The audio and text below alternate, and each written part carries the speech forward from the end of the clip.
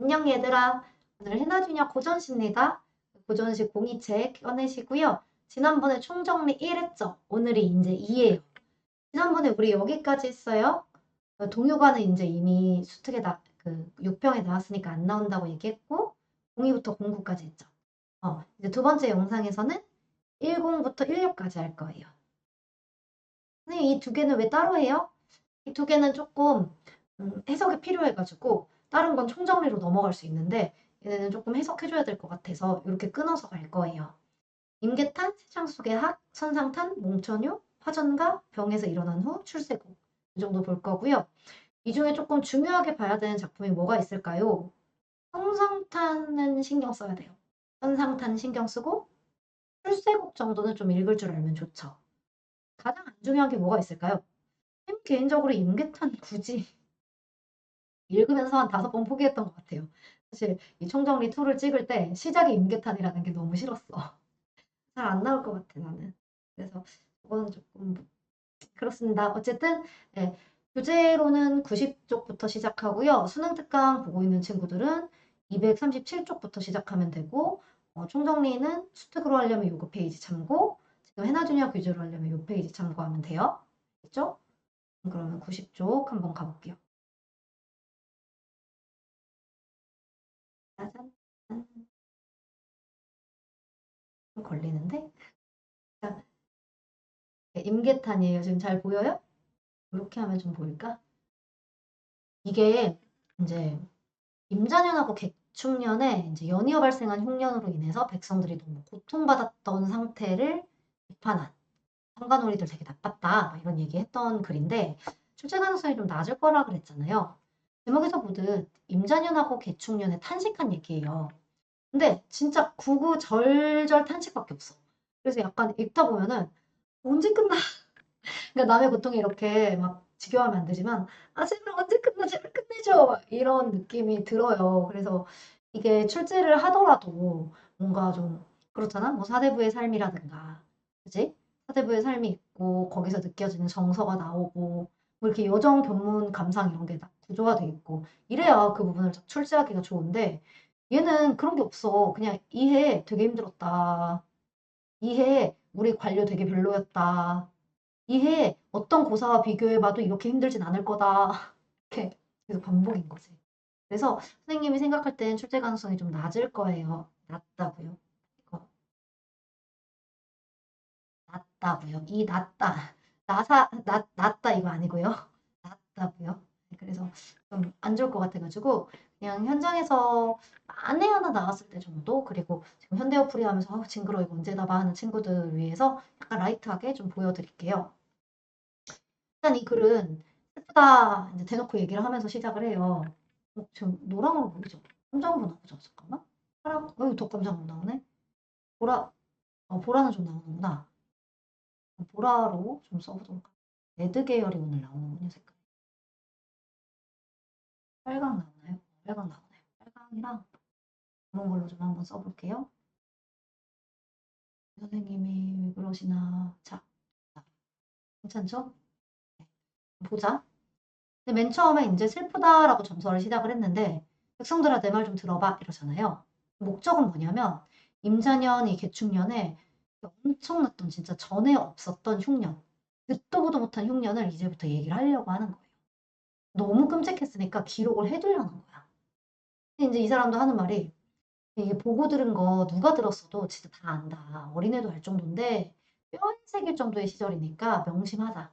이게 목적인 거예요. 얼마나 힘들었는지 좀 기억을 하자. 그러면 앞으로는 이걸 대비를 하든 뭐가 잘못됐는지 기록을 해서 보완을 하든 할 거니까. 무식하게 자기가 이 진원문을 써볼 테니 이제 무식하지만 어쨌든 말을 좀 해볼 테니까 막 좋네 싫네 뭐 이거 국법이 어떻네 이런 거 따지지 말고 그냥 봤던 것만 잘 적을게 내가. 그러니까 이렇게 서울에 보낼 테니까 백성들한테 니네도 한번 봐봐. 재미없어도 봐봐. 이게 노인들조차 못 겪었을 일이고 그 시절 만난 백성은 다 이제 너무 불쌍한 사람들이니까 그때 당시 백성들 얼마나 많이 죽었는지 몰라. 그러니까 조금 잘 봐봐. 왜냐면 우리가 세상에 태어난 게 좋은 시절 만나려고 태어나는 거지. 이렇게 그지같이 살려고 태어난 건 아니잖아. 이런 얘기예요. 그러면 말만 이렇게 하는 게 아니라 정말 그지 같은 일들이 일어납니다. 장사 끝났고 이제 본사부터 나오는데 얼마나 참혹했던 상황이냐면 대충 크게 보세요. 고금 역대를 다 생각해도 흉년과 풍년만 딱 골라서 얘기하고 싶은데 진짜 옛날에 아무리 찾아봐도 쓸 말이 없어. 이건 정말 유례없는 일이라는 거. 보리에 이삭이 2개도 안 펴. 9개 이건 꿈 같은 얘기야. 그러면 여기서부터 여기까지가 이제 무슨 얘기냐면 고사들을 쓰는데 우리가 고사는 일일이 알 필요가 없잖아요. 해석이 필요하면 아마 이렇게 별 달고 평가원이 출제를 해주겠죠. 그러니까 고사를 하나하나 해석하는 게 핵심이 아니야. 그럼 뭘 해야 되는데? 그냥 이 고사를 쓴 의도가 뭘까만 생각하면 되는 거죠. 그래서 이걸 왜 썼냐면 9년 홍수 7년 가뭄이라 그래서 우리가 되게 극심한 흉년을 얘기할 때 이런 표현을 쓰거든요. 그때 당시에 이제 다들 배우들이 노력하고 임금도 막 자책하고 노력을 하지 않았냐. 근데 옛날에는 이렇게 노력을 했는데 지금 사람들은 좀 위정자들은 막 이렇게 노력을 해주면 안 돼? 뭐 하늘에 니네가 기우제 지낸다고 비 오진 않겠지. 무슨 신도 아니고. 근데 옛날에는 약간 그렇게 믿었잖아요. 그러니까 위정자들이 정치하는 사람들이 우리를 위해서 조금만 움직여주면 안 돼? 부탁을 하는 거죠. 지금이 어느 정도로 심각하냐면 아무리 생각해봐도 사람 인형 먹는 거 있잖아. 그 정도까지 심각한 시절은 옛날에 아무리 있었다 해도 이 시절에 비할 바는 없다. 이 시절은 그거보다 심각하다. 그래서 이 뒤에 있는 거 보면은 계속 너무 고통스러워서 살아날 길이 없다 정도의 한탄입니다. 네? 그 정도만 이해해주면 돼요. 그래서 이 작은 땅에 이렇게 도망갈 데도 없이 힘겹게 우리가 살고 있다. 그래도 나름 이제 정신승리도 해보려고 합니다. 그래도 우리 동방예의지국이고 지리도 좋고 그러지 않냐. 과연? 뭐 그때 당시에는 과연 난 사실 선생님 잠깐 농담인데 우리나라 왜 70%가 산지잖아요. 그래서 사람이 살 만한 평지가 별로 없잖아. 근데 옛날에는 이 산지에 호랑이도 많고 그 무서운 뭐 많잖아. 그치? 표범도 있고 못도 있고. 그래서 나는 가끔 이렇게 조선 사람들이 우리나라 지리 좋다 이런 말 하는 거 보면 응? 대체 뭘 보고 이런 생각을 해. 조선 밖을 안 나가봤던 게 아닌가. 그치? 적과 꿀이 흐르는 땅, 뭐 중국의 평야나 미국의 평야 같은 걸 봤으면 이런 소리 안 할 텐데. 아무튼 나름대로 이제 정신승리 하고 싶은 거예요. 아, 우리나라 좋았던 것들도 있는데 다 만물도 갖춰지고 이제 풍요롭고 정말 좋은 나라인데, 응? 이 정말 뭐 먹을 것도 많고 뭐 산의 짐이 많은 거는 인정. 그치? 우리나라보다 음식 발달한 나라 없잖아요. 그러니까 그런데 어떻게 지금은 개판이다. 동반적 배경이 장흥이거든요. 호남 땅. 근데 여기가 지금 진짜 개판인 거예요. 그렇게 유명하면 뭐래. 이제는 연이은 큰 흉년에 아주 참혹해졌어.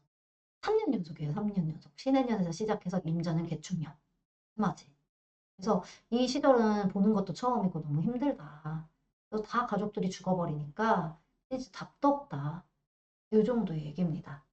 이제 이 뒤부터는 딱히 이제 할 게 없는 게 해마다 이제 얼마나 안 좋았는지를 하나씩 소개를 하는 거예요. 그래서 이 뒤 같은 경우는 그냥 일단 여기까지는 흉년을 많이 지냈지만 정말 황당한 흉년이고 과거의 흉년, 홍수, 가뭄 이런 건 진짜 별것도 아닐 거고 계속 안 좋았기 때문에 이제 해결할 수 있는 방법도 없는데 그 와중에 여기 있죠. 공문으로 땅이라도 제대로 재봐라 막 이런 거 내려오잖아. 근데 토지 측량하라 그러는데 이 새끼들이 이 관료들이 거짓으로 이제 땅을 재고 오히려 수탈을 더 많이 하려고 나쁜 짓만 했다는 거예요. 그래서 사람들이 이제 빚이 쌓여가지고 심지어 이제 사람이 고민이 많으면 또 많고 아파지잖아. 네. 그래가지고 백성들이 없다. 이 흉년 속에서 우리가 해결책도 없고 답도 없다. 그런 얘기를 했던 거고요. 이제 선생님이 생각할 땐 그나마 읽어보는 건 여기까지인 것 같아요. 사실 이 뒤부터는 이제 책을 통해서 한번 읽어보면 좋겠는데 책을 다 설명을 해놨잖아. 사실 이제 하는 게 신해년에 얼마나 끔찍한 대기근이 있었는지를 설명을 하는 거예요. 그래서 뭐 계속 무더위와 가뭄이 너무 심했고 모든 게 다 타버릴 정도였다. 보내기 못할 정도였다 이런 얘기를 하는 거고 사람들이 아무리 열심히 뭐라도 살려보려고 노력해도 범월구가 막 일어나니까 도저히 벼 다 뜯어먹고 곤충들이 일어나니까 이게 답이 없었다 이런 얘기예요. 오케이? 근데 이제 한 해를 잘 보내고 나면 우리는 다음해는 좀 다르지 않을까 기대를 하잖아. 신해년의 겨울은 망했다 치자. 근데 이제는 임자년의 봄을 만나나. 봄엔 좀 낫지 않을까 기대를 해보는 거예요. 근데 봄이 돼서 나아지지가. 이제 왜냐면은 백성들한테 이제 구유를 해준다고 쌀도 나눠주고 뭐도 나눠줄 테니까 너네 나라 얼마, 너네 돈 얼마나 안 좋은지 적어내 뭐 이런 걸 했을 거 아니에요. 근데 그렇게 해서 적어낸 것만큼 정부가 쌀을 줬는데 망했어. 이 쌀도 나름대로 이제 곡식을 딱 줬는데 부정부패를 일삼던 쥐 같은 새끼들이 다 까먹고 다 포악하게 둔 거죠. 그래서 이제는 남은 게 없어요. 백성들한테 막 껍질밖에 없는 곡식 주고 남은 게 없어요. 그래서 얘네가 이제 관료들도 잘못돼서 애들 간악하고 이렇게 탐욕스러운 관료들의 태도 때문에 받을 것도 없다. 쥐의 비판하는 부분이에요. 그래서 이렇게 한번 읽어보면 진짜 답도 없구나 이 정도는 이해가 될 거고 그 뒤에 이제 또 하는 얘기가 나름대로 뭐 벼농사 망하면 봄에 보리농사라도 지어서 밥 먹고 싶어 하잖아. 보릿고개 넣는다고 하잖아요. 그렇죠? 그래서 나름대로 논농사가 안 되면 보리라도 어떻게 잘 기대를 해봐야 되는데 보리도 이제 망해버린 거예요. 그러면 이제 답이 없지. 그 밑에 보면은 이제 죽어간다 이런 내용이에요. 그래서 이 사람들도 고민을 좀 해보겠지. 어떻게든 먹고 살아보자. 그럼 보리철 망했어도 가을에 또 농사는 지어야 되잖아. 논농사는. 나름대로 이제 죽을 일을 면하고 다시 농사철이 돌아와서 논농사 잘 지내고 싶은데 빚은 너무 빡세고 음, 모내기는 제대로 또 안 됐고 그 와중에 또 벼멸구도 심하고 결국은 망쳤다. 그다음에 이제 홍수까지 닥쳐가지고 우리나라는 이제 또 알잖아. 여름에 이제 홍수 한번 닥치면은 물 안 빠지고 하면 끝나는 거잖아요. 홍수까지 닥쳐서 뭐 망했다라는 얘기가 쭉쭉 나오고 있는데 한번 읽어보는 정도면 충분할 것 같아요. 그래서 이제 사람들은 결국 뭘 기대하냐면 정책도 믿을 수가 없고 흉년은 점점 심해지니까 그냥 연결해나 하자. 이게 뭐냐면 볼 사람들끼리 인사나 하자. 미리 인사하는 거. 그리고 이 상황이면 정부까지 못 가더라도 우리 고을의 영감님이 가서 나와야 될 거 아니야. 쌀이라도 뭐라도. 근데 그것도 제대로 안 해와. 그러니까 사실상 여기 백성은 진짜 답도 없는 상황인 거예요. 그런 얘기들을 쭉 합니다. 심지어 사또가 또 어떤 짓도 하는 줄 알아요. 나름대로 이제 영감이 사또한테 가서 보고를 해야 되잖아. 근데 보고할 때, 아, 우리 망했어. 이렇게 보고하기가 싫은 거야. 망했는데도. 능력도 없는데 가서 막 찡찡거리면서 우리 망했으니까 쌀주대기 해야 되잖아. 근데 그것도 못하고 있는 거야. 저는 가서는 이런 거지. 아, 저희 고을은 뭐 문제 없어요. 괜찮아요. 막 이렇게 하는 거야. 그래서 이제 마을에 대한 평가가 위에서 좋게 내려. 잘 사는 동네니까 세금도 더 내라. 이런 식으로. 미쳤지. 뭐가 낫다고 해서 지차급이라는 좋은 분등을 받아갖고 좋은 고을이라고 세금 더 내라고 이제 상납이 끊어지지 않는 이런 일들이 생겼으니 관리도 나빴다 그지? 이제 쭉쭉 여기를 읽어보시면 뭐 재난과 기근으로 피난 가다가 죽어가는 백성들의 불쌍한 모습들이 나오고 그나마 좀 기대할 만한 희망이 한 번 있어. 전감사 이광덕이 왔을 때. 아, 전에 감사였던 이광덕인데 내가 이제 감진사 백성을 구휼하는 이런 직책으로 잠깐 와요. 그러니까 와, 이 돌틈에 붙여다. 야, 이 우리 숨 쉴 곳 왔구나. 너무 이제 기쁜 거예요. 기대를 했어. 이 사람들이 오면 좀 나아질 거다. 그래서 나름대로 이제 기대를 하는 게 이상하게 이제 지차됐잖아. 아까 좋은 거 됐잖아. 그러니까 좀 해결 좀 해줬으면 좋겠고 부역도 사라졌으면 좋겠고 감진사가 와가지고 좋은 정치 해주면 너무 좋을 것 같아. 근데 문제는 뭐냐면 그 주변의 고을들이 수령들이 그걸 본받아서 하지 않아. 그러니까 우리 고을 사람은 그래봐야 개꼴이야. 그러니까 이게 족제비털처럼 좋은 사람이 막 값지고 기름진 사람이 될 수 없어. 사람 본성이 그렇으니까. 그래서 그런 얘기들입니다. 그래서 임자년에 결국은 도움을 받지 못하고 또 고을의 영감도 무능했기 때문에 해결이 안 난 그런 이제 그 다음 3년째인데 3년째도 또 안 좋았단 얘기예요. 그래서 3년째 이 멍청한 영감이 나중에는 이제 구휼을 받을 때도 우리 동네 7, 8 가구가 받아야 되는데 우리는 사람 많이 없으니까 저희가 양보할게 가서 이제 사람 좋은 척한 거지. 근데 개인적으로 밖에 나가서 사람 좋은 척하는 사람들 있지. 그러니까 늘 좋은 사람이면 괜찮은데 밖에 나가서 좋은 사람인 척하는 때 있잖아. 안에선 되게 나쁜 사람인데. 그러니까 내 가족은 굶기면서 밖에 가서 인심 쓰고 오는 사람들이 있단 말이야. 어때? 난 되게 싫어해. 선생님은 되게 싫어해. 이런. 밖에서 막 인심 쓰는데 가족 얘기할 때 막 되게 자기 가족 하찮게 말하는 사람들 있거든. 선생님은 그거 딱 보면 아니다 이런 생각을 하거든. 얘들아 항상 가족을 먼저 챙기고 다음에 밖에서도 좋은 사람인 거야. 그치? 그리고 밖에서 좋은 사람이 안에서도 좋은 사람이야. 얘들아, 마음을 항상 곱게 쓰는 습관을 우리가 들이자고. 근데 어쨌든 이 영감 아저씨는 자기 체면 너무 중요한 사람이라 자기 마음을 못 챙기고 밖에 가서 저희는 세금 덜 구휼미 덜 주셔도 돼요. 저희는 정치 잘해서 괜찮아요. 막 이런 다음에 와가지고는 백성들 수탈하는 거지. 구휼미도 안 주고 진율에서 제외하고 미쳤나 봐 진짜. 음. 그래서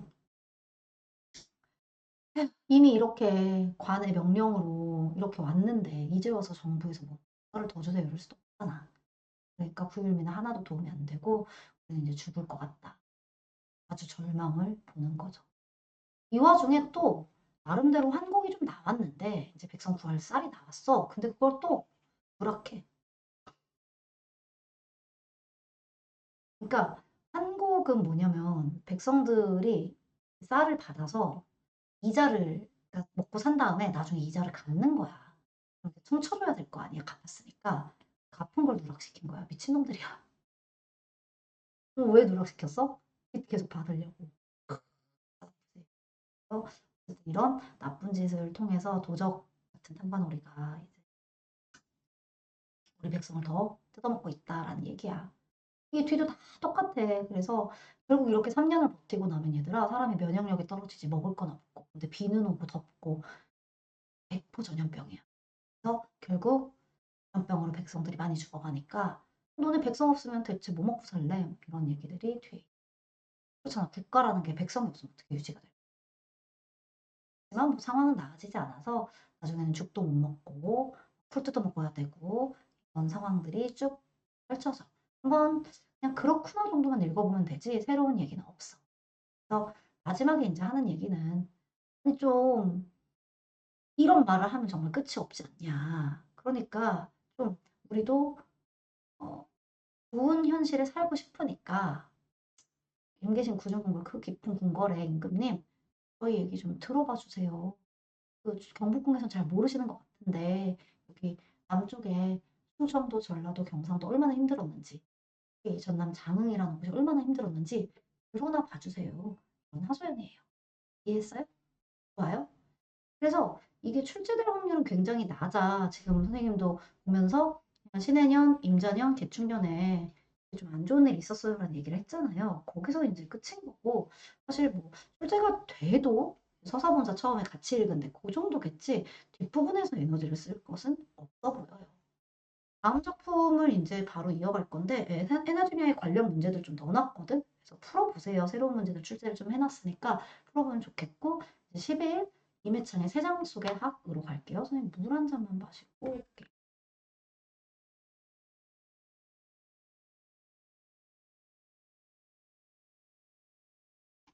네, 이제 임혜창의 세장 속의 학이라는 작품이에요.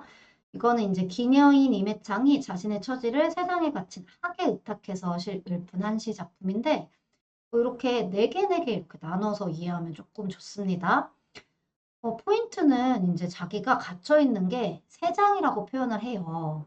그러면서 이제 자기가 원래 있었던 곳, 갇히기 전에 있었던 곳을 어떤 신선세계 같은 공간으로 묘사하면서 곤륜산, 성전, 구령 같은 곳으로 묘사를 해요. 그러니까 내가 신선히 살고 있다고 알려진 이곳에서 과거에 자유롭게 살았었는데, 뭐 반대로 얘기해도 되겠죠? 과거에 자유롭게 살았었기 때문에 그걸 신선히 산다고 하는 곳에 빗대는 거예요. 그곳이 그립다 정도로 이해하면 좋아요. 그래서 여기 가고 싶고, 근데 여기 안 보이고, 여기 가고 싶은데 고달프다. 꿈에서라도 가기 고달프다. 이렇게 이해하면 좋고, 그래서 이것과 세 장이라는 지금 현재 상황의 대조. 이 정도 하나 체크해 두세요. 다음 두 번째로는 여기 이제 본인이 이제 홀로 있는 이제 외로운 학인데 까마귀 때는 신나서 떠들썩하니까 또 대조죠. 그죠? 그러니까 대조가 좀 잘 쓰이고 있죠. 그러면서 본인은 뭐? 아파 지금. 아파. 나 아파서 슬픈데 그래도 나는 지금 예전의 기억이 그리워요. 어? 어. 아픈데 또 예전에 그 기억이 그리우니까 요거가 그리운 거죠. 옛날에 잘 놀던 데가. 됐어요? 이렇게 정리해 주시면 돼요. 그래서 얘 같은 경우는 대조 쓰는 거 정도만 학이랑 뭐 까마귀 때 정도 혹은 회장과 그 이제 그리워하는 곤륜산의 풍경 이 정도 체크해 주면 좋겠습니다.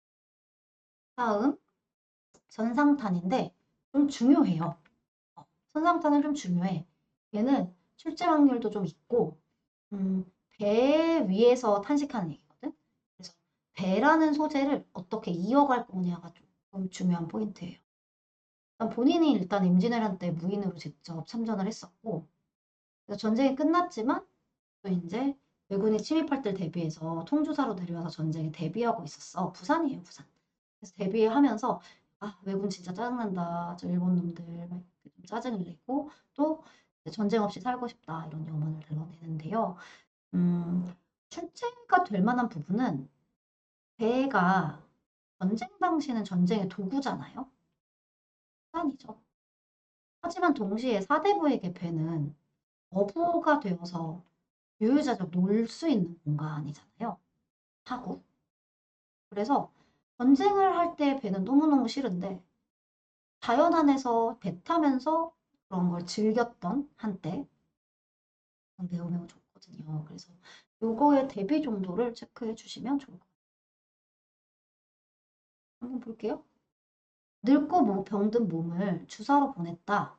수군으로 보냈다 임금이.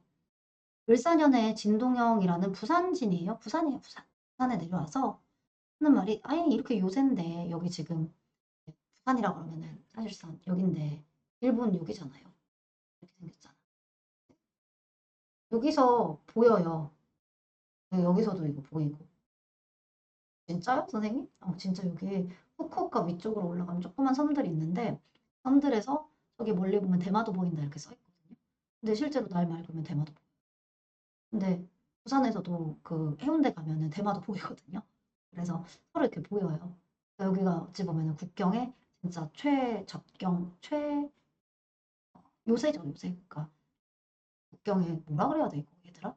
제일 국경 끝. 되게 잘 많이 싸우는 곳. 아, 나 요즘에 어휘 딸려. 자, 아무튼 그런 곳이다. 근데 그런 곳에 내가 병이 아프다고 앉아있을 수도 없죠. 이제 비스듬히 병선에 올라갑니다. 네, 올라가서 무릎 뜨고 대마도를 내려다보는 거예요. 가만두지 않으리. 바람을 쫓아가는 기운, 그래서 그 전쟁의 그 누런 기운, 흙먼지의 누런 기운이 온 세상을 뒤덮고 있고, 네, 그리고 그 멀리 이렇게 보이는 파도들이 긴 하늘과 한 빛이라는데 바다가 보이잖아요. 바다가 하늘이랑 다 이렇게 파래. 근데 저기 이제 대마도 근처만 약간 이제 전쟁의 기운이 있는 것처럼 느껴지는 거겠죠. 그냥 아까 얘기했듯이 임진왜란은 끝났는데 아직은 이제 경계심이 팽팽할 때니까 이렇게 얘기한 것 같아요. 출제될 만한 포인트는 이 정도 서사 1은 다 괜찮으니까 읽어보시고 그다음에 본사 1도 괜찮아요. 이것도 나올 만해요. 배위를 거닐면서 예전과 오늘을 생각하고 무슨 말을 하냐면 허돈 씨 배랑 수레 만든 사람이에요.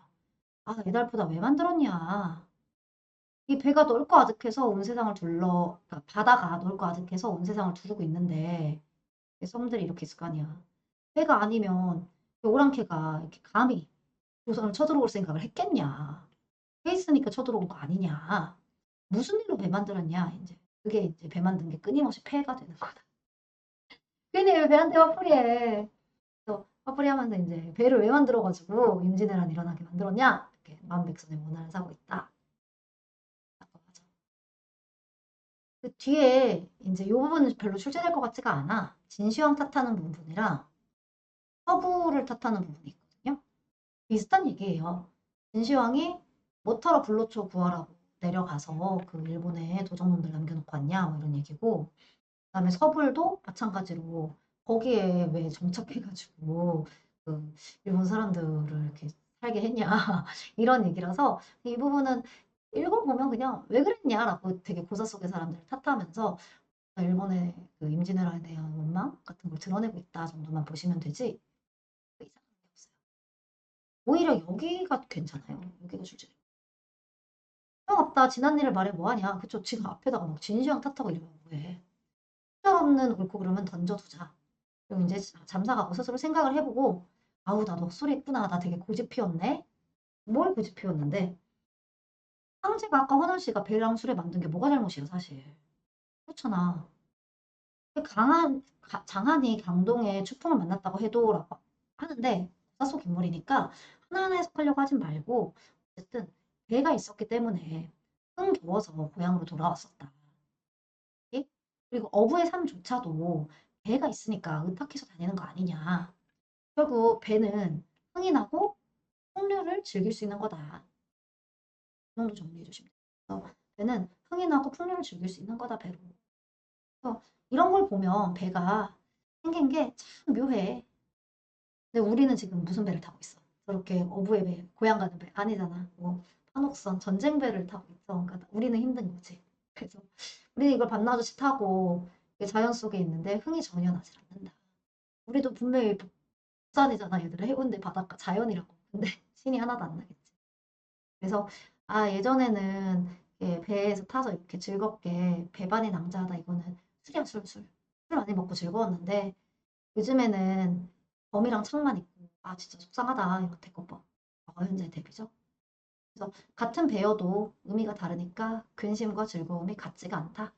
이 정도까지 이게 이제 출제될 만한 요소. 왜냐면 서사랑 본사 1의 배랑 본사 4의 배를 이렇게 비교하라고 좋겠죠. 그 뒤는 또 별거 없어요. 그냥 국적 보니까 걱정된다 임금님. 그게 다예요. 됐어. 그 다음에 이번에 수특에 실려 있는 게 여기죠. 그래서 수특에 실려 있는 부분 정도는 읽을 수 있으면 좋죠. 간단하게 얘기하면 이제 분해 관계 경험, 분한 이제 노익장이라고 하잖아요. 나이를 먹었지만 노련하고 굉장히 장수로서 강해진 그런 사람들을 얘기하죠. 그러니까 노익장을 쓸 수도 있지 않겠냐. 근데 문제는 뭐냐면 아파. 좀 어려울 것 같아 그게. 그러나 죽은 제갈량도 발 없는 손빈도 자기의 적을 다 내쫓았듯이 나는 팔다리 다 갖고 있으니까 도적들 잠시라도 이렇게 그 두려워하지 않고 이겨낼 수 있을 거다. 선봉을 거쳐서 내가 나서서 낙엽같이 그놈들을 다 무찔러 버리겠다. 여기 정도 읽을 줄 알면 될 것 같아요. 그 뒤는 그냥 항복하면 좋겠다. 이 정도의 얘기인데 우리 임금이 잘하고 있고 더불어 살자고 하니 너네도 좀 정신 차려라. 뭐 이런 얘기고요. 요 정도 좀 괜찮을 거예요. 출제됐다. 왜냐면은 우리 임금이 태평천하에 잘하고 있고 우리 백성도 잘 지내고 있고 되게 아침마다 더 좋아지는 하루하루니까 우리 지금 전쟁 배 타잖아요. 이제 다시 어주 아까 얘기했던 그 배, 어부의 배 같은 풍류의 배를 타고 다시 노래할 수 있는 시기가 왔으면 좋겠다. 태평성대 파도 없는 바다 평화로운 시간을 다시 누리고 싶다. 그 정도만 정리해 주시면 되겠어요? 오케이? 그래서 이제 뭐 고사도 인용되고 서리도 나오고 비유도 나오고 하는데 그냥 글쎄요 이게 여러분이 읽지 못할 정도는 아닐 것 같아요. 이런 거 서리 봤을 때 혹은 뭐 같은 가치 이런 거 봤을 때 그래서 모르진 않을 것 같고 아까 얘기했듯이 배와 배의 비교 정도만 좀 신경 쓸 수 있으면 좋겠습니다. 나머지 문제들도 한번 풀어보세요. 몽천유 이게 이제 효종하고 인평대군의 사부였던 윤선도예요. 효종이 이제 승이니까 감사하잖아. 그래서 되게 높은 자리에 여러 번 이렇게 주거든. 그러니까 이제 사람들이 불공정하다. 탄핵하고. 이제 그렇게 하니까 작가가 성격이 좀 보통이 아닌 사람이라 그래서 몽천유는 그 이제 면직된 후에 세상에 대한 실망 그리고 좌절감을 드러낸 표현이에요. 그러면 꿈인지 생신지 모르겠지만 백옥경이라는 임금계신군에 올라가니까 옥황상제가 반기는데 신선들이 꺼렸대. 근데 이거 출제될까요? 내가 볼 땐 요렇게 꿈에 꾸어서 11호 임금한테 들어갔더니 옥황상제 임금이 반기는데 신선들이 꾸짖는데 뭐 옥황상제와 신선들의 태도를 대비하고 그것을 강화하고 있는 장면이죠. 그래서 임금은 좋아하는데 신하들이 날 싫어해서 내가 자연에 내려올 수밖에 없다. 내려와서 하는 말이 내 분수다. 그리고 많은 백성들의 일을 묻지 못하고 와서 안타깝다. 이 정도. 뭘 물어보고 싶었냐면 위기를 무슨 기술로 다 꾸며내고 이겨냈는지 그리고 이 좋은 궁궐을 쌓을 때 어떤 대단한 신하가 있었는지 결국 나라의 위기나 혹은 나라의 좋은 것들에 대한 감탄이나 이런 거 같이 얘기하고 싶었는데 못하고 있는 안타까움이에요. 그래서 연시조들은 보통 연결해서 물어보잖아, 연들끼리. 그러니까 여기 됐고 이거랑 이게 어떻게 대꾸적으로 연결되는지 그 다음에 백성들의 일을 언제 물어보느냐 그지? 그래서 백성들의 일을 언제 물어보느냐 해서 이 밑으로 내려서 물어보고 싶었던 많은 것들 고민하고 싶었던 많은 것들을 엮어서 이제 선정을 베풀지 못한 안타까움에 대해 얘기한다 이런 식으로 정시 써주면 좋겠죠. 내 분수인 게 옳다라고 말은 하는데 아쉽고 섭섭하긴 할 거예요 이 사람. 그 정도 봐두시면 되고 그 다음 또 뒤로 넘겨볼게요. 사전가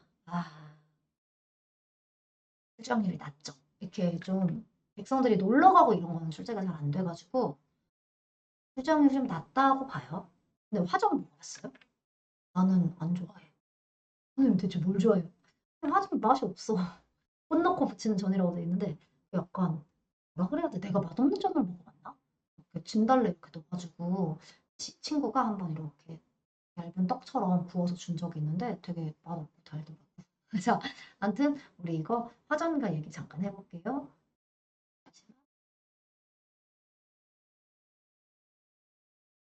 작자 미상 화전가. 그래서 어떤 부분을 봤으면 좋겠냐면 일단은 뭐 여종들을 부르면서 내 말을 들어봐라 이렇게 하고 임금님 화갑이라고 환갑이라고 생일 파티를 해주는 거예요. 근데 이 앞부분은 사실 읽을 게 없어. 이거는 뭐냐면 그냥 사대부들이 임금에게 이제 뭘 하고 있는지 축원하는 마음으로 축구도 하고 이제 잔치 그러는 걸 보면서 이제 술잔 마시고 백성들도 뭐 술 한잔 하고 이런다는 얘기라서 그냥 생일 파티 장면이다. 외에는 그다지 중요하지 않아. 오히려 이제 사전 놀이를 시작하는 게 있던데 하는 말은 뭐냐면 임금님 환갑 있는 애 좋잖아. 그러니까 또 마침 삼촌이야 좋은 계절을 왔단 말이야. 봄이라고. 그 이제 새와벌이 날아다닌다 정도로 됐고 그냥 비슷하게 넘어가면 되고 이런 태평성대 안 놀고 뭐 하겠냐 놀자. 봄에 놀자. 그 정도예요. 그래서 봄에 이제 놀러 가거든. 그럼 이제 뒤에 놀러 갈 때는 이제 뭐 해야 돼? 단장하고 치장하고 이래야 되잖아. 보면은 뭐 눈썹 귀미 막 꾸며가지고 치장하고 옷차림 입고 막 간다 이런 얘기고 여기도 그 다음에 여기 본사 3 정도 가서 노는 장면 조금 구체적으로 나와요. 명승지에 가서 거기 올라가가지고 좀 맑고 깨끗한 풍경들을 보고 또 화전터에 와서 화전 이제 차려놓고 가족들이랑 같이 나눠 먹고 그런 얘기들입니다. 그러니까 뭐 그다지 중요하지 않을 것 같아요. 어쨌든 이렇게 화전 놀이하기 전에 임금 생신을 핑계로 놀이 가자. 놀이 전, 놀이 중, 놀이 후, 뭐 이런 식으로 이제 흐름이 있잖아요. 전중 후. 그 흐름만 좀 기억하면 출제됐을 때 그냥 보고 지금 놀고 있구나. 풍경 보고 있구나. 전 부쳐 먹고 있구나. 이렇게만 이해하면 돼요. 마무리도 그냥 그거예요. 서로 이제 오늘 정말 좋았다. 오늘 시원하다. 그리고 호탕하게 다 잊었다 하면서 해질 때 되니까 이제 집 가자. 마지못해 잘 가. 강산을 다시 보자. 이러면서 인사하는 장면인데 화전놀이 마무리구나. 끝내시면 돼요. 그거 외에는 그다지 뭐 신경 쓸 거 없고 화전놀이의 전중후의 과정을 그려냈다. 외에는 신경 쓸 거 없고요. 다음에 우리 박죽서의 병에서 일어나는 후라는 작품인데 이 병을 앓고 나서 이제 자기가 좀 아파한 얼굴? 그걸 보고 나서 좀 속상해서 이제 하는 표현이에요. 근데 이 사람이 좀 사실 일평생 좀 아팠던 사람이라 시인인데 여인이야. 근데 좀 시가 다 감상적이다, 우울해. 그래서 보면은 아파. 그래서 살구꽃 피는 날도 어느새 저물어서 이제 늦봄, 봄이 다 늦어버린 거죠. 마음이 이제 흔들흔들하다. 아프고 나서 마음이 좀 잡기가 어렵다. 이런 내용. 그래서 이제 본인은 어떤 얘기를 하냐면 나는 그냥 별로 할 일 없이 자연하고 어울려서 사는데 사실 그게 신성을 배우자는 게 아니고 이렇게 하는 걸 원하진 않았대요. 그러니까 아프니까 좀 활달하지 못하게 집안에 있어도. 그러니까 이인데 얘 성향이 만약에 이인데 강제 아이행 이러니까 힘들겠지. 자기는 이제 평생 시를 썼는데 화답할 사람도 없고 이제 병 들어서 낡고 있고 아픈 그런 모습도 싫고. 내가 23살 동안 뭐 했을까 생각해보니까 바느질하면서 여인의 삶을 살거나 시를 쓰면서 보냈구나 하면서 내 인생 되게 무상하다 이런 좀 안타까움을 느끼고 있는 시죠. 두 줄 읽어보는 걸로 충분하다고 생각해요. 음. 그리고 이제 직유, 서리, 자문자답의 표현법을 썼다고 하는데 글쎄 이 정도는 알지 않니? 했어요. 그래서 병을 앓고 일어난 상황에서 스스로에 대해서 좀 가엾다고 생각하고 남들하고 소통하지 못하는 상황에서 인정받지 못하는 상황에 대한 안타까움과 자신의 삶에 대한 성찰을 드러냈다 정도만 봐주시면 돼요. 다음 조우인의 출세곡인데 요거 좀 까다롭죠. 근데 얘는 좀 나올 확률이 있지. 왜냐면은 이런 관동별곡 종류 있잖아. 내가 변방의 관원으로 부임을 했다. 그때 내 심정이 어땠다. 그리고 그 지방에서 관료로 지내면서 또 풍류를 즐기면서 즐거웠다. 하지만 이 현실은 또 어떻다. 이렇게 사대부로서 일해야 되니까. 이런 얘기들 하는 거를 우리 수능은 좋아하죠. 관동별곡도 출제됐어. 그래서 얘도 출제될 확률이 좀 있죠. 얘는. 어디를 알았으면 좋겠어요. 아, 무조건 서사지 얘들아. 기본은 서사예요. 이 사람이 이제 가는 곳이 접경 지역으로 가게 되는데 치병, 농민, 백성이랑 군사 다스리라고. 백성 군사예요. 백성 군사 다스리라고. 가는데 임금님 감사합니다. 땡큐. 그다음에 난 사실 문관이어서 문관일이나 할 줄 알았는데 변방에 부임되는 건 무관으로 가는 거잖아. 아, 좀 특이하네. 나이 먹어서 이렇게 좀 고생하러 가니까 특이하네. 그래서 무관으로 칼 짚고 돌아서니 국경을 지키러 가니까 기졌다. 충실하겠다. 이런 얘기입니다. 변방의 관리로 임명받은 과정은 항상 출제가 되니까 좀 신경 써주시면 좋겠고요. 그 다음에 쭉 이렇게 이동을 하거든. 한참 이렇게 되게 많이 이동을 해. 그래서 많은 이동을 내가 다 체크해야 되냐라는 의문이 좀 있을 수 있을 거야. 근데 이거는 그렇게 막 모든 공간을 외울 수는 없고 어느 정도로 알면 되냐면 이 공간에서 뭐 했다가 해석될 정도. 오케이? 그러니까 흥임은 나가서 녹양에서 말 갈아탔구나. 그 다음 회양이라는 동네에 소문을 내가 들은 적이 있는데 이게 뭐냐면 그 밤이라는 사람이 다른 말 하다가 회양으로 부임됐던 거거든. 근데 이제 자기도 내가 귀향 가는 것처럼 봤지. 귀향 가는 거 아니야. 관리로 임명받았는데 이제 그 회양이라는 지역에 가니까 마치 부임 가는 거 아니고 귀향 간 것 같아. 나 힘들어. 이런 찡찡거림이야 약간의. 왜냐면 실제로 연방 가는 거는 비행기 타고 가는 것도 아닌데 이때 당시 얼마나 힘들었겠니. 다음 천령. 여기 또 지나가는데 세상살이보다는 평지다. 그렇게 세상살이 더 힘들다. 이 산 높은 거보다. 그 정도의 얘기고. 그럼 이제 세상살이 생각하면서 누구 생각해? 임금 보는 거죠. 그립다고 두어 번 돌아보면서 아이고 임금님 그리워요. 이런 거 정리해주면 되겠죠. 그냥 안변을 갔는데 오랑캐 땅이 보인다. 이 정도. 이 오랑캐 땅 보고 생각하는 게 야, 윤관이랑 김종서가 우리나라의 그 국경을 넓히고 나라의 업적을 세웠는데 그 대단한 공적을 모두가 알 거야 라는 자부심을 드러낸 거고 해석만 좀 공간별로 하면 돼요. 여기는 잠깐 지난 거고 남민로에 올라간 거잖아요. 이게 포인트죠. 근데 여기가 함흥에 있는 데거든. 그래서 되게 엄청난 아부가 하나 나와. 이 옥저라는 거는 들어봤지 동해 옥저.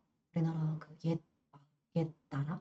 근데 그게 중요한 게 아니라 함흥에 있는 땅을 보면서 갑자기 야 여기에 맑은 기운이 어제 같아. 함흥에 누가 살았었는데 이성계. 세계 이성계 보고 싶어. 와 씨 기운 자체가 남달라. 이렇게 자기 나라의 태조를 칭송하는 얘기입니다. 다음에는 또 가벼워요. 크게 볼 게 없는 게 그래서 뭐 함광령을 지나서 홍원이라는 곳에 가서 청해진에 들어가니 야, 여기 요충지래요. 청해진이라는 요충지는 정말 중요한 곳이어서 충신의 병사가 정예로 다 있어요. 그리고 방어가 철통 같아. 그래서 어쩌면 백성들이 너무 태평해서 여기가 이제 이런 요충지라는 것도 까먹고 전쟁도 잊어버리고 산다고. 이 정도만 해석할 수 있으면 돼요. 그 다음에 시중대에 올라가서 일출을 봤는데 아름답겠지.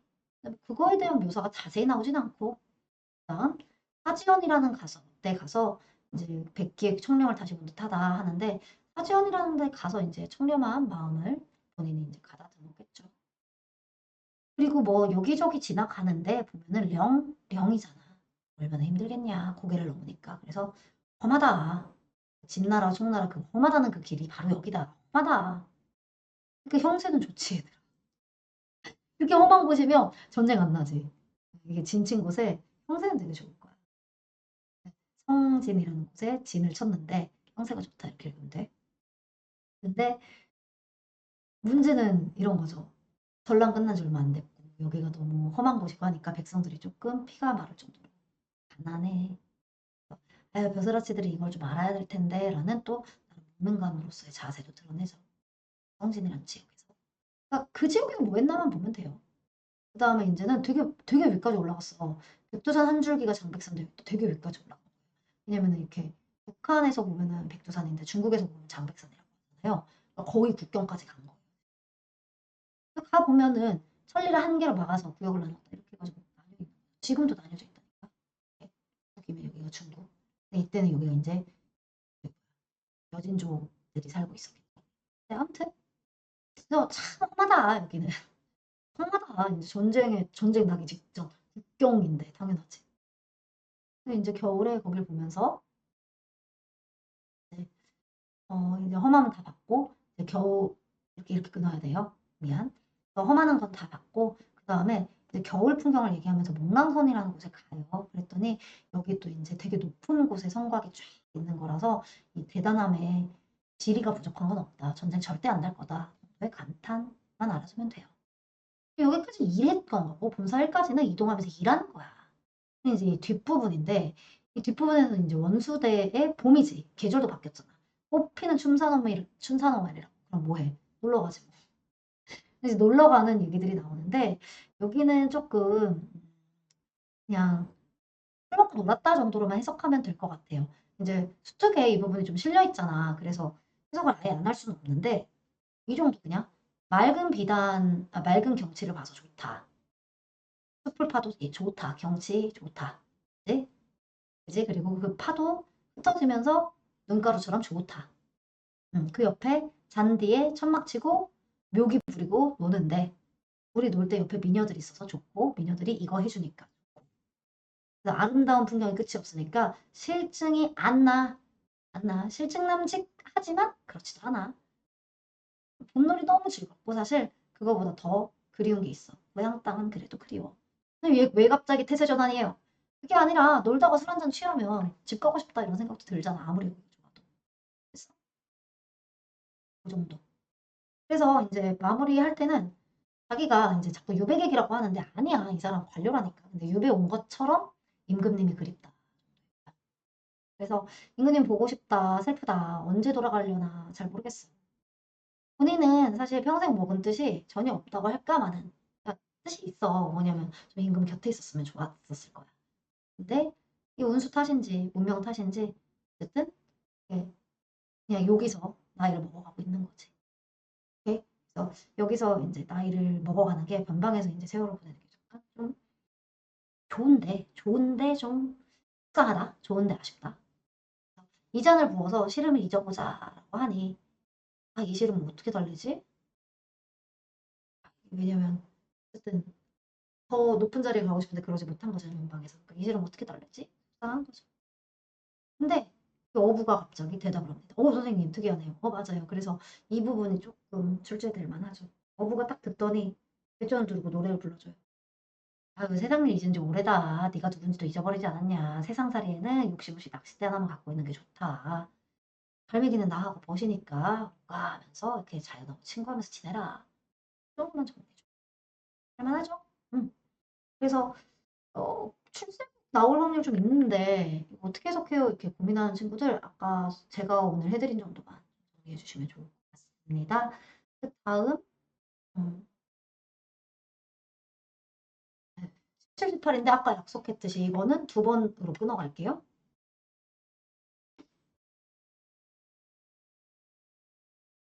네, 이제 당육당 육가인데 얘랑 뒤에 있는 거는 출제 가능성이 좀 높죠. 그래서 좀 따로 찍어 보려고 잘 봐요. 이렇게 연시조들은 연결해서 많이 물어보거든. 근데 이제 장육당육간 좀 짧으니까 그나마 연결이 좀 쉬울 거예요. 주제는 세속적 가치에 대한 초연함, 그리고 그런 세상 사람들에 대한 비판이 드러나는 글이고요. 내용 보면 여기 많이 나오겠죠. 나는 백구를 잊고 백구가 나를 잊었다. 선생님 이게 무슨 얘기예요? 잊어버렸다, 까먹었다 그 뜻이에요? 그게 아니라 너랑 내가 서로 누군지 잊을 정도로 모르고 잊어버릴 정도로 우리가 하나가 됐다. 불알츠라는 뜻이에요. 그래서 언제쯤 이 노인을 만나서 이 둘을 가려내겠느냐라고 하는데 가려낼 수 없을 만큼 내가 자연과 하나가 됐다라고 생각하는 게 좋아요. 계절은 가을이죠. 붉은 잎과 빈강, 가을이죠. 그리고 쓸쓸한 가을의 풍경이지만 쓸쓸하다를 막 고독을 해소해야지 이렇게 읽으시면 안 돼요. 그 뜻이 아니에요.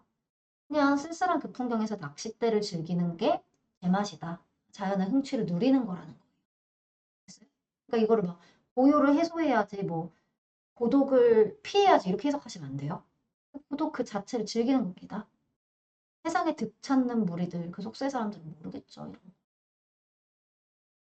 다음, 내 귀가 시끄러우면 네 바가지 버리렴. 네 귀를 씻은 셈에 내 손은 못 먹여. 이게 무슨 말이야 싶을 거예요. 이게 뭐냐면 소보어유가 공명을 제안받았대. 귀 들었대. 근데 이제 세상에 나오라 그러니까 나 진짜 더러운 소리 들었다. 내 귀 시끄럽다 하면서 귀를 이렇게 씻었대. 그리고 그 귀 씻고 이렇게 버렸을 텐데 그 물을 버렸을 거 아니야. 샘이나 이런데 그런 샘의 물조차도 내 손은 먹이고 싶지 않아. 세속하고는 난 저만 그만큼 떨어져 있고 싶어.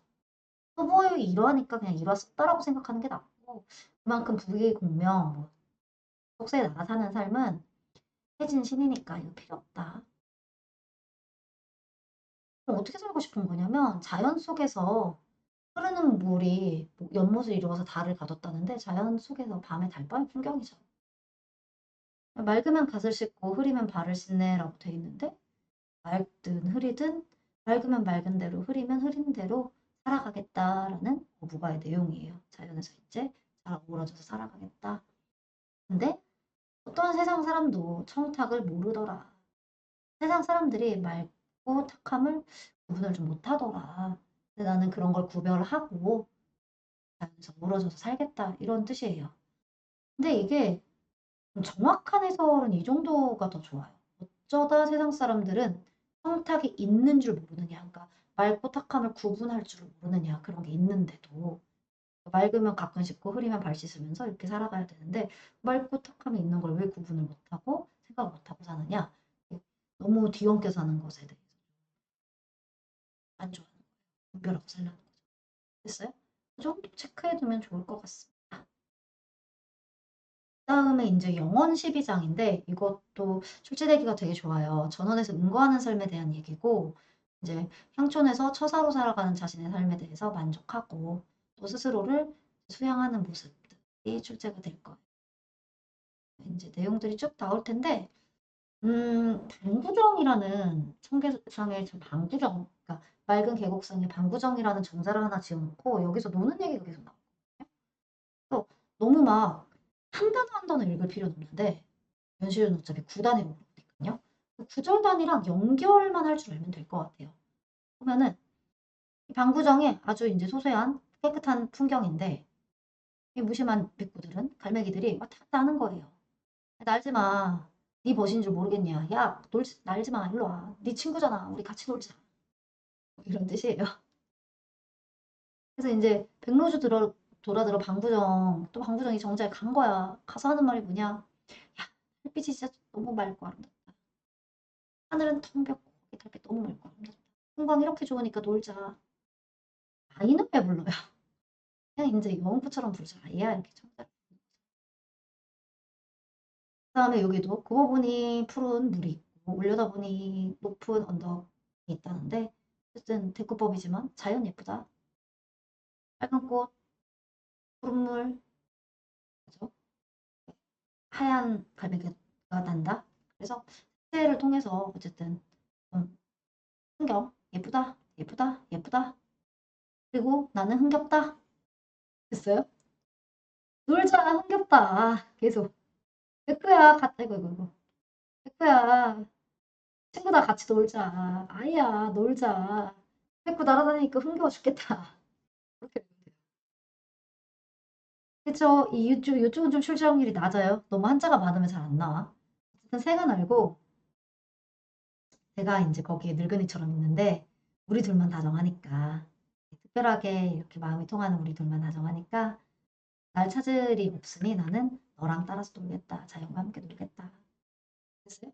은거에서 그냥 자연과 함께 놀겠다. 정도 잡아주시고 그다음에 그 뒤에 이백과 소유가 나오는데 그냥 자연에서 은거하면서 행복하게 살았던 사람들이에요. 여산에서 시나 읊고 영수에서 귀나 아까 귀 씻었던 거 기억나죠? 그런 사람들이니까 사람이 예나 지금이나 뜻은 똑같다. 나도 이 사람들의 뜻을 가지고 있으니 한 무리가 되어서 자연에서 살겠다. 자연에서 살 때는 이렇게 맨날 안개 노을 같은 걸로 집 삼고 갈매기랑 백로로 벗을 잡고 이렇게 지내잖아요.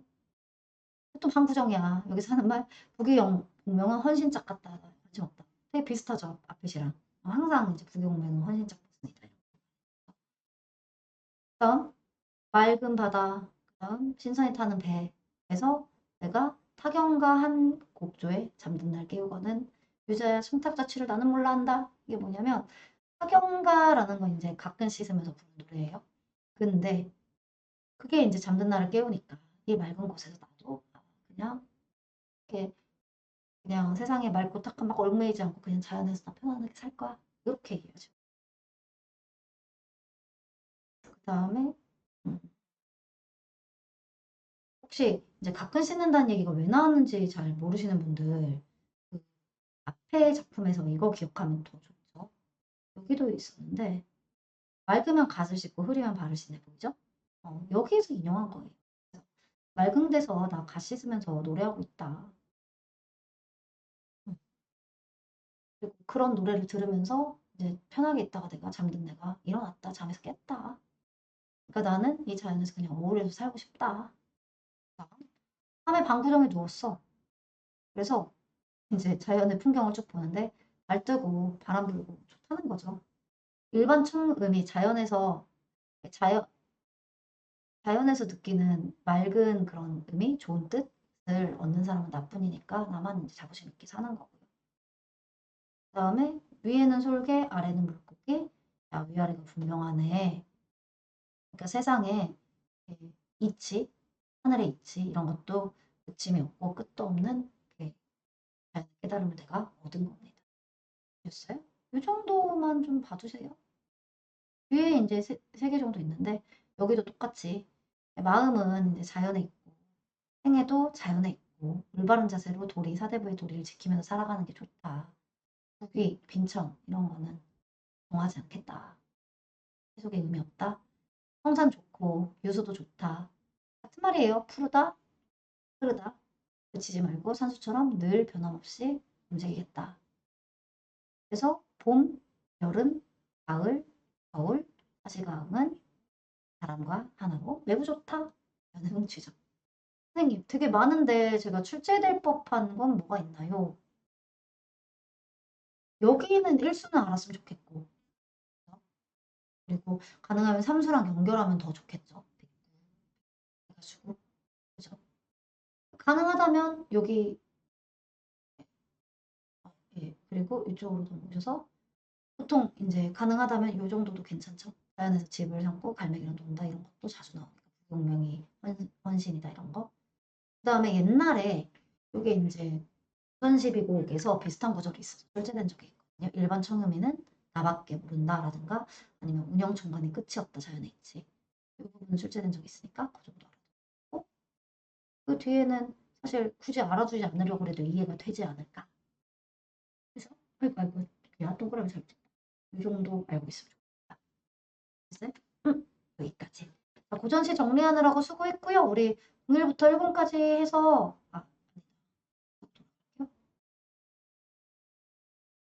음, 이제 18까지 다 했죠. 그러면 18개 다 올려뒀어요. 여러분 이거 이제 수특이랑 같이 공부 한번 해보시고 그 다음에 선생님 다음 작품들도 또 찍어서 올리도록 할게요. 수고했어요.